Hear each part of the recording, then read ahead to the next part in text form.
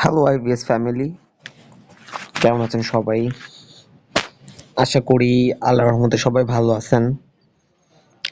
আর সর্বোপরি আমরা মহান আল্লাহ তাআলাকে স্মরণ করি, কারণ তিনি হচ্ছে রোগ দেয় এবং তিনি হচ্ছে রোগ ভালো করার মালিক।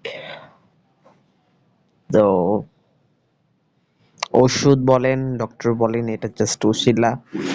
ভালো করার মালিক আল্লাহ তাআলাই। তো যাই হোক, একটা আপু আমার সাথে অনেকদিন ধরেই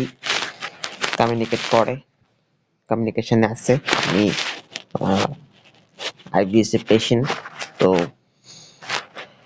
উনাকে আমি একটা কম্বিনেশনে রাখছি, আমার অধীনে রাখছি অনেকদিন যাবতই। তো উনি এখন সুস্থ আছে। তো উনি আমাকে ওইদিন বলল যে মেডিসিন ম্যাজিকের মতো কাজ করতেছে। আমি ভীষণ হ্যাপি এবং অনেক দোয়া ও শুভকামনা আমার জন্য সে বলছে। তো এইভাবেই অনেকেই ভালো আছেন, অনেকেই ভালো হয়ে গেছে। তো এইভাবে আসলে আমাকে দোয়া করে এবং মেডিসিন নেয় এবং ভালো থাকে।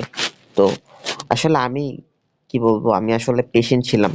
তো এই রোগটা থেকে আমি বের হইছি এবং আমি জানি এই রোগটা থেকে বের কিভাবে হইতে হয়। আপনারা আমার ভিডিওগুলা যদি দেখেন, কিছুটা হলেও আপনারা আইবিএস সম্পর্কে ধারণা পাবেন এবং অ্যাকচুয়ালি ডিজিজটা কি এবং এটার থেকে বের হওয়ার ওয়েটা কি, এটা কিছুটা হলেও জানবেন, বুঝবেন। তো আমি খুব কয়েকটা ভিডিও করছি, আপনারা মনোযোগ দিয়ে ভিডিওগুলো দেখলে বুঝতে পারবেন।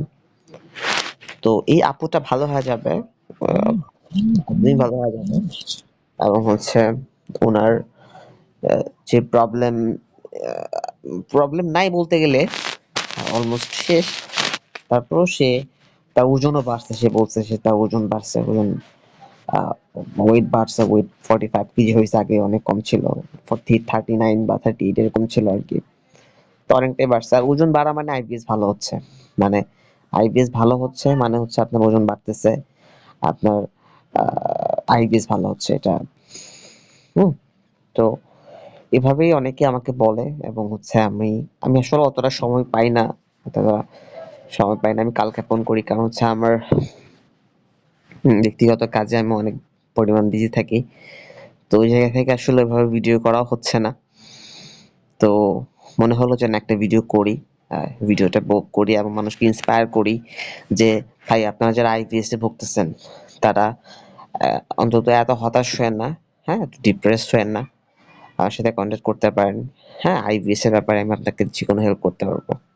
কারণ এই রোগটা থেকে যারা আসলে ভোগে বের হইছে, তারা আসলে ভালো জানে, আসলে মানে তারাই আসলে ভালো জানে, বুঝে যে কিভাবে কোন প্রসেসে যাইতে হয়, কিভাবে কি করতে হয়।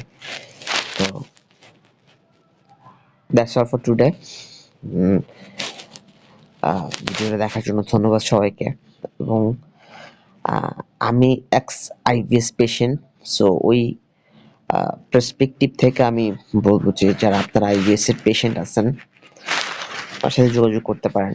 হ্যাঁ, অ্যাটলিস্ট আপনাদের উপকার ছাড়া অপকার হবে না। কারণ হচ্ছে আমি আসলে বুঝি ব্যাপারটা কিভাবে কি করতে হয়। আইবিএস এর মেইন কারণটাই হচ্ছে আপনার depression, anxiety, social anxiety, phobia. ওনার খুবই এরকম প্রবলেম ছিল, মানসিক কিছু প্রবলেমের মধ্যে উনি ছিল, এবং এটা আমাকে উনি শেয়ার করছে। এবং দেখেন, অনেকের অন্য রোগ হয়, আমি আবারও বলতেছি, অনেকের অন্য রোগ হয়, আইবিডি হয়, কারো কারো ক্ষেত্রে আলসার হয়, পেপটিক আলসার হয়, কারো কারো ক্ষেত্রে ইউসিভ গ্যাস্ট্রাইটিস হয়, ইসোফেগাসে প্রবলেম হয়, কারো কারো ক্ষেত্রে ইন্ট্রাল গ্যাস্ট্রোপিয়া হয়, কারো কারো ক্ষেত্রে হচ্ছে আলসারেটিভ কোলাইটিস হয়, ক্রোনস হয়ে যায়।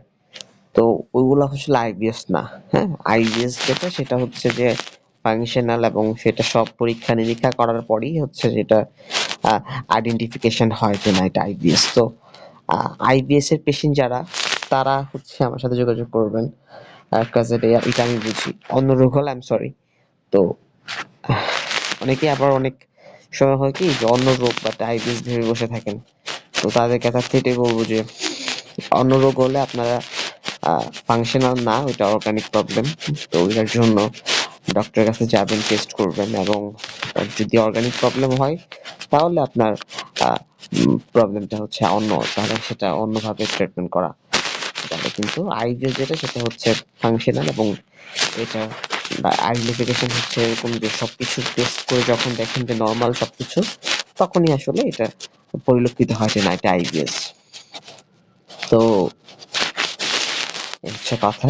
ধন্যবাদ সবাইকে ভিডিও দেখার জন্য, এবং আইবিএস এর পেশেন্টদের জন্য আমি খুবই মানে মন ভরে দোয়া করি যেন সবাই সুস্থ হয়ে যাক, হ্যাঁ, সবাই সুস্থভাবে জীবনযাপন করে, এবং কারো যেন ডিপ্রেশন, দুশ্চিন্তা যেন কেউ না করে। হ্যাঁ, দুশ্চিন্তা করার ফলে যে কি পরিমাণ সাফার করতে হয় মানুষের লাইফ টাইমে, এটা আসলে আমি নিজে ফেস করছি দেখে আমি বুঝি।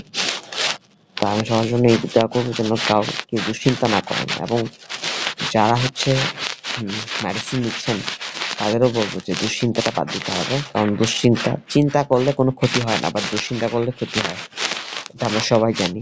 তো সবাই সবার জায়গা থেকে চিন্তা করতে থাকবেন।